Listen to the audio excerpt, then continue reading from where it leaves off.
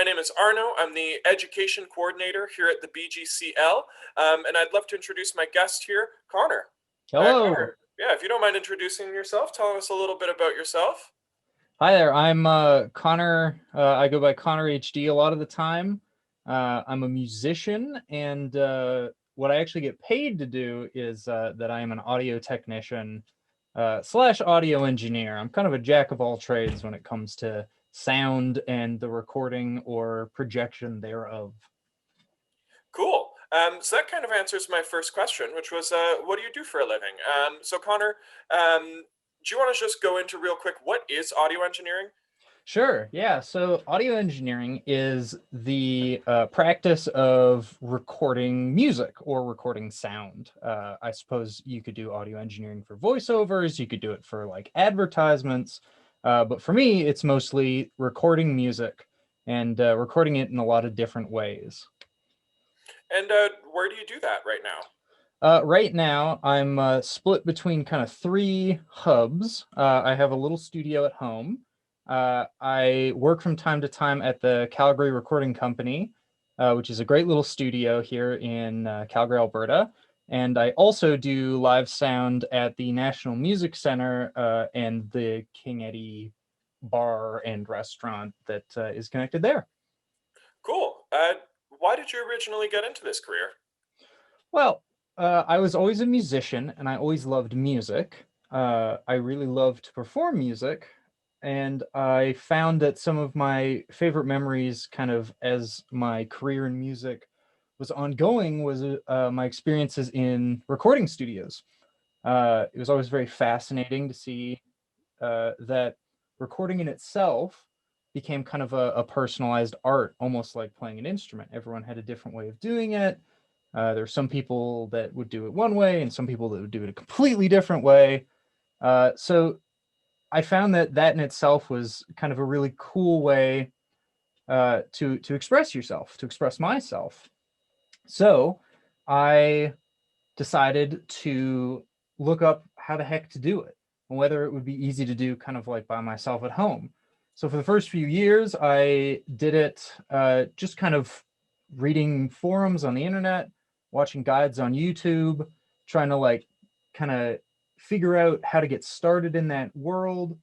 And then when I kind of reached the threshold of what I could find out just on my own, I decided to go to the University of Lethbridge because they had a really great audio engineering program that was close to Calgary.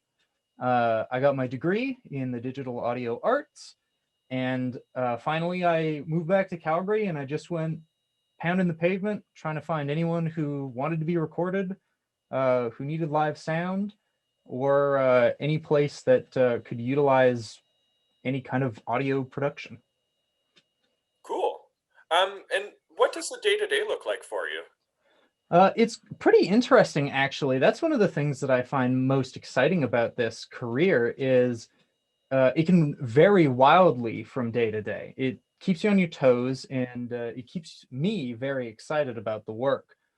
Sometimes you go in, you meet with a band, you talk about their vision for their music, how they want it to sound, what they want it to sound like, if they have any people that they want to kind of reference in that recording. And then you get to explore all of the different possibilities of how to approach the recording. Do you want to record it directly into your computer?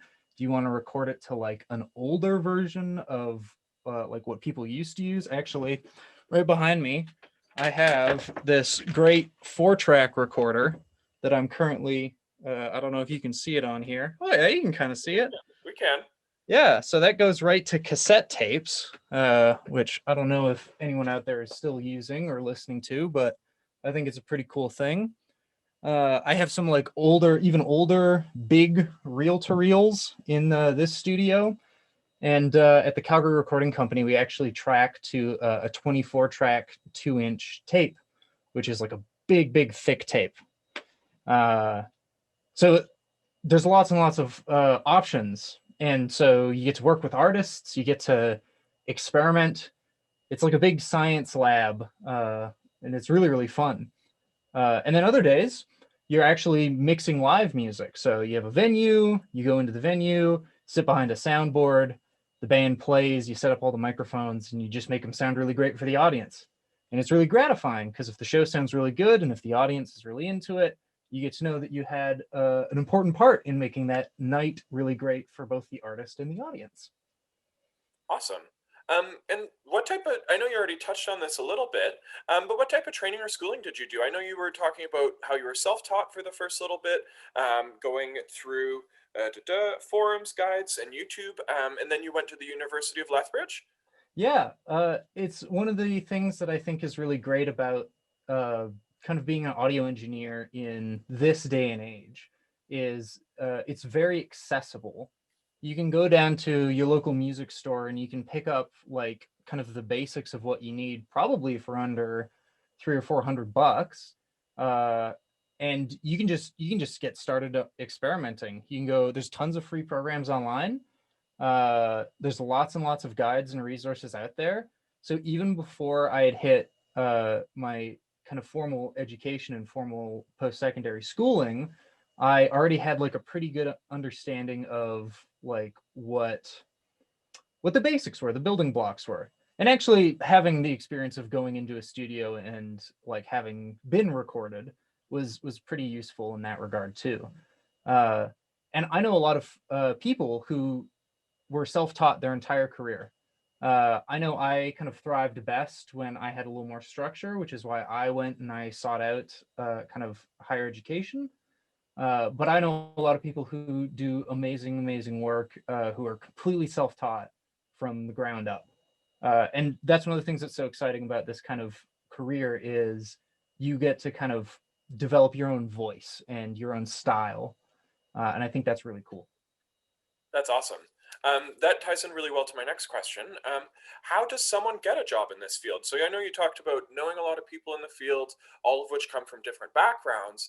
How do you go about getting a job in this field? Yeah, that's a really great question. Because I will say it can be a little tricky from time to time. I think one of the best ways to go about doing it is if you're really passionate about music, maybe you're a musician, maybe you just want to like be a producer or explore that.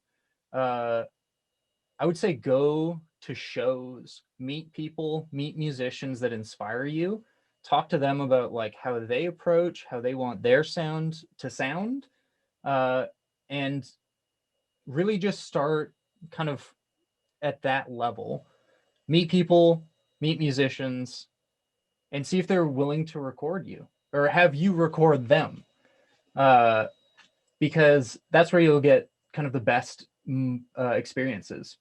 Of course, going to a post-secondary institution is also really useful because you meet a lot of peers in the field, and it's a job that really definitely is made easier if you have some friends or some contacts.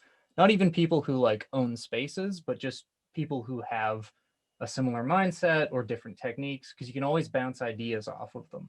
And that's another really fun thing about it is that in your big circle, uh, you can just send, recordings that you've done to other people in that circle and have them like give you ideas that you might not have thought of before. When you really start to get into the like kind of professional end of stuff, uh, eventually a lot of people kind of go out on their own in a kind of entrepreneurial way. They start their own studios. Maybe they take over a basement or a garage or a small space that they're renting. And then they just really go out and they hustle and they find bands they like and they bring them in and they record them. Uh, and then as kind of notoriety is built up around your way and your production style, you can meet other people that maybe will bring you into their space or other people who want to like work with you and you develop enough of a practice that you're able to expand your space. uh, there's a lot of different options and a lot of different avenues, but I would definitely say that the key component there is networking, making friends, and finding people who inspire you. Totally. So it's a combination of like networking, meeting people, and building up your own reputation, such that other people are interested in coming to you. That's really interesting. Thank you. Um, what are some of the challenges you've faced while pursuing this career? Well, for one thing, I will say that really making it into a career can be challenging. You have to be really motivated and you have to have a lot of drive. You have to be willing to like kind of get up and push yourself to go out and meet people or to go out to like shows that may go kind of late at night. You might have to see some bands or even work with some bands that you don't really like kind of mesh with, but you still have to be like professional about it. You have to have good bedside manner. You have to be respectful to everyone's kind of music tastes and approaches to music.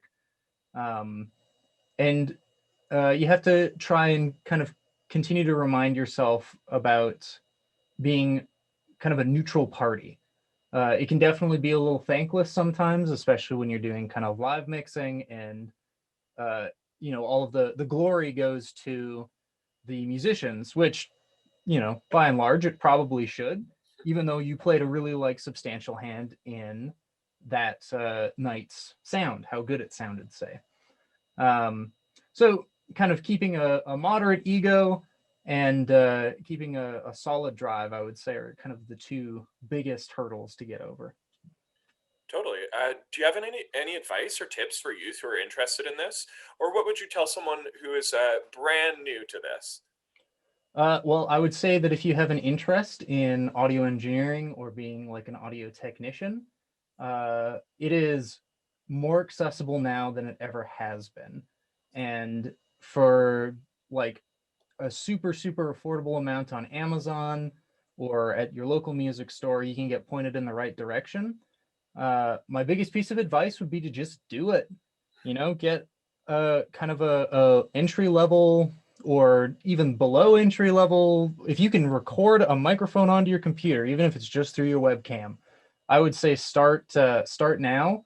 Start experimenting with stuff. There are tons of free programs out there like Audacity and like Reaper, and there's so much support material online. So even if you're just making fun experimental recordings for yourself, that's absolutely valid. And if you're passionate about this kind of career choice, I would just say, get started as soon as possible. Awesome. And just an aside, I guess. If the youth wanted to see anything that you've recorded, what could they look up? Oh, that's a great question. Well, I think there's a bunch of music probably on Bandcamp. I actually just released a instrumental collection called Stock Music. That's under the musical moniker of Easy Idiot. Uh, Otherwise, I would say, hmm, there's some Bummer Club stuff that we recorded together at the farm.